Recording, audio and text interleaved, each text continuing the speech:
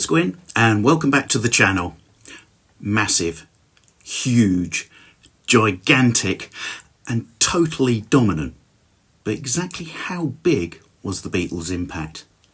This is going to be the first in a series of videos where we look at the Beatles in numbers.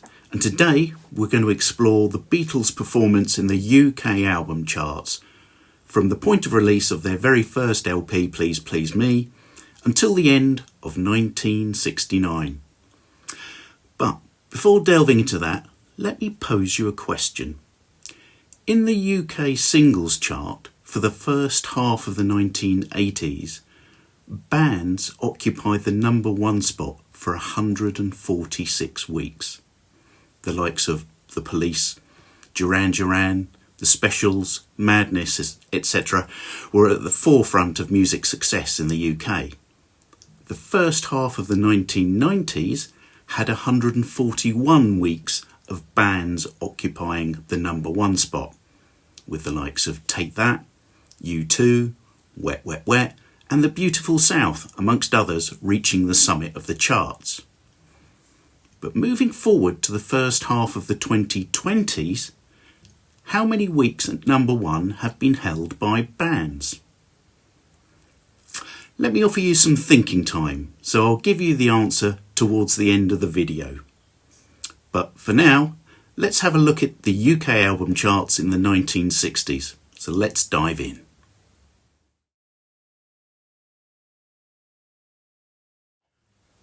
Let us begin in 1963, and the 22nd of March to be precise, the release date of Please Please Me in the UK.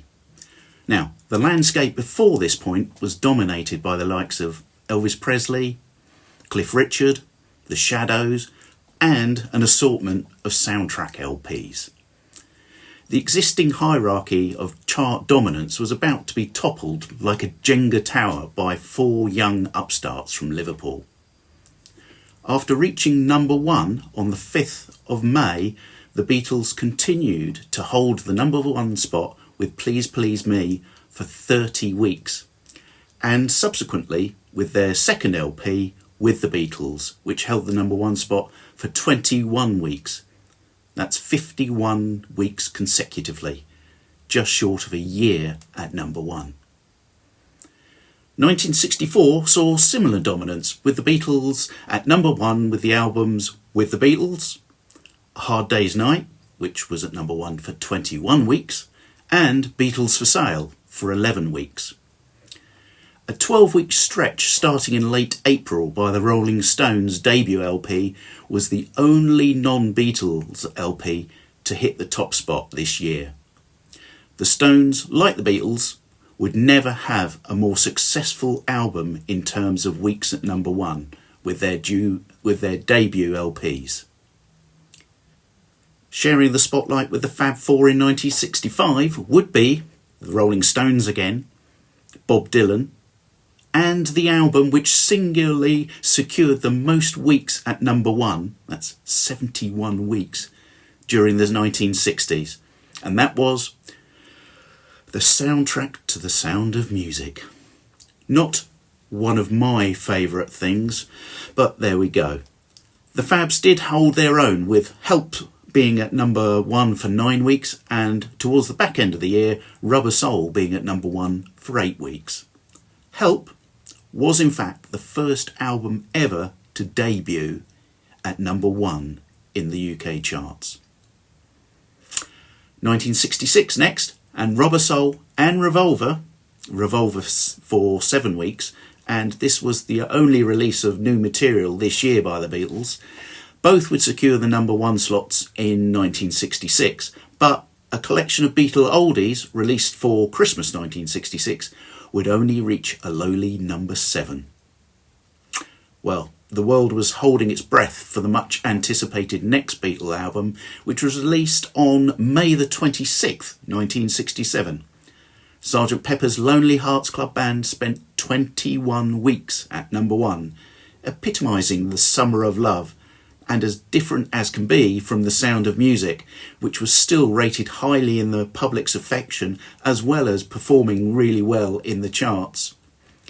New Kids on the Block, the Monkees, also enjoyed some time in the sun with their first 2 LPs hitting the #1 spot.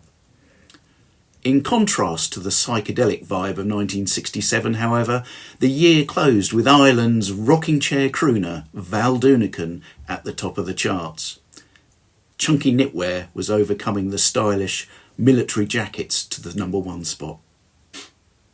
In 1968, the rest of the music world must have rejoiced with the departure of the Beatles to India, as this allowed for a greater turnover of artists having their turn at the top of the charts.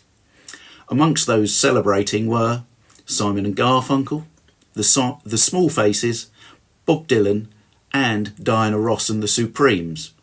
Sgt. Pepper, however, did enjoy a single week at #1 earlier in the year, and the White Album, released in December, had a 6-week run at the close of the year and was the first double album to hit #1 in the UK.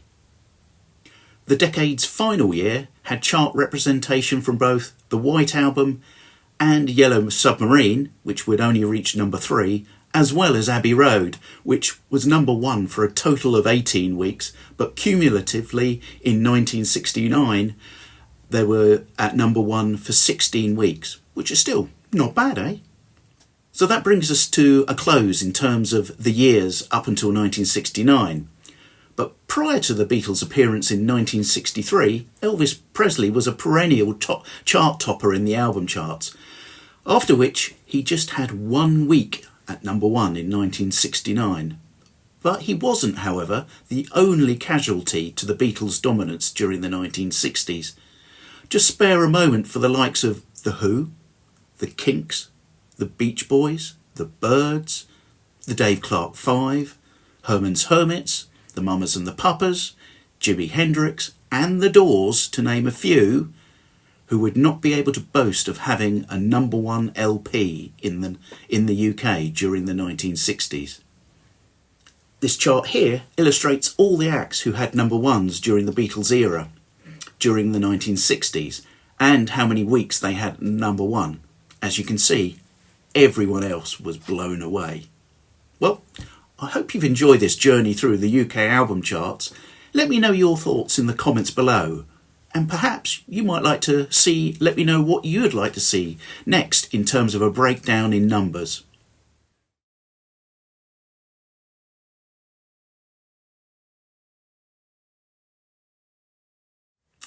Before we go, about that poser at the beginning of the video. Well, firstly, I need to give credit to the great Rick Beato and originally to Richard Osman for this fab fact.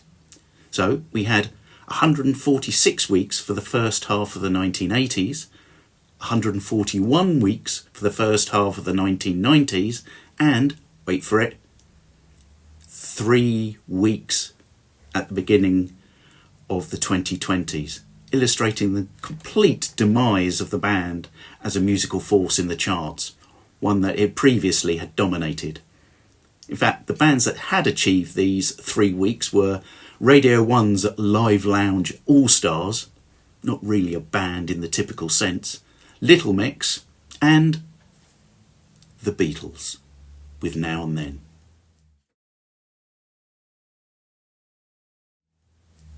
Well, I hope you've enjoyed this video, and I look forward to seeing you all next time. Please consider liking and subscribing and all that jazz, and until next time, it's bye for now.